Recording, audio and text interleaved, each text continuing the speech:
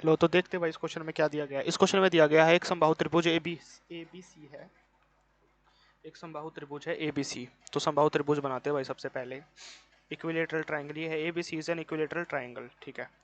इसमें क्या दिया है आगे, A B एंड C, ठीक है। क्रमशः D और E क्रमशः भुजा AB और AC पर दो बिंदु है। AB पर क्या है, D है, और AC पर क्या है, E है। ये दो बिंदु है। इस तरीके से है कि AD बराबर किसके, CE के, ठीक है। अगर ये x मान लिया, ये y मानना पड़ेगा। ये x मान लिया तो ये भी कितना हो जाएगा, x। तो फिर ये y मान लेते हैं। जब ये y मान लेंगे तो ये भी y होगा, क्योंकि इक्विलेटरल ट्रायंगल में साइड सेम होती है। तो ये साइड भी x प्लस वाई, ये साइड भी x प्लस वाई, तो ये साइड भी कितनी आएगी, x जमा वाई। आई होप यहाँ तक आपको क्वेश्चन समझ में आया होगा।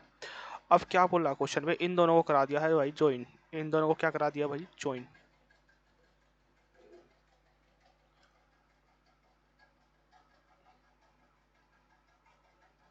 यार ये उल्टा ही बनता है हमेशा। एक बार मैं इसको अच्छे से बना लेता हूँ, फिर समझाता हूँ आपको।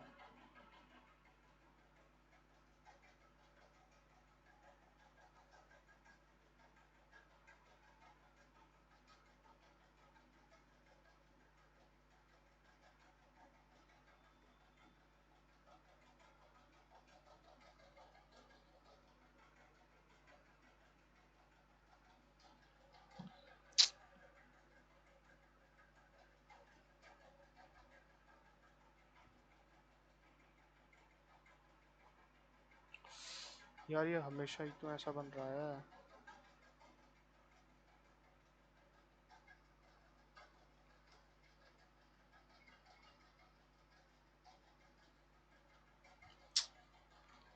हाथ से बनाना पड़ेगा भाई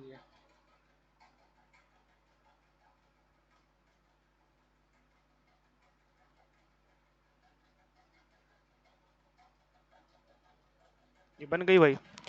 अब देखो यहाँ पर, अब इस ट्रायंगल में देखो, जिसको मैं हाईलाइट करने वाला हूँ, किससे, इस येलो कलर से मैं जिसको हाईलाइट करने वाला हूँ, वो ट्रायंगल आपको ध्यान से देखना है। आप देखो इस वाले ट्रायंगल को, ये क्या है, ये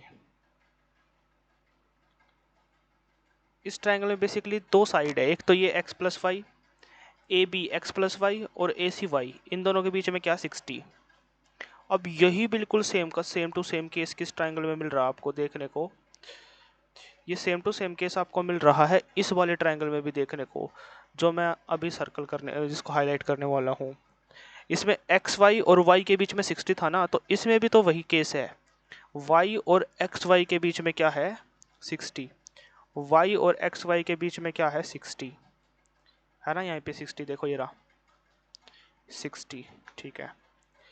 अब मैं देखो, अब आपको पता चल गया कि ये दोनों ट्रायंगल ए बी सी और बी सी डी, इन दोनों में दो साइडें सेम है और एक एंगल सेम है। तो ये क्या हो गई, कॉन्ग्रुएंट हो गई, इनकी हर चीज सेम होगी। अब इस तरीके से क्या चीज होगी, हर चीज इनकी सेम होगी।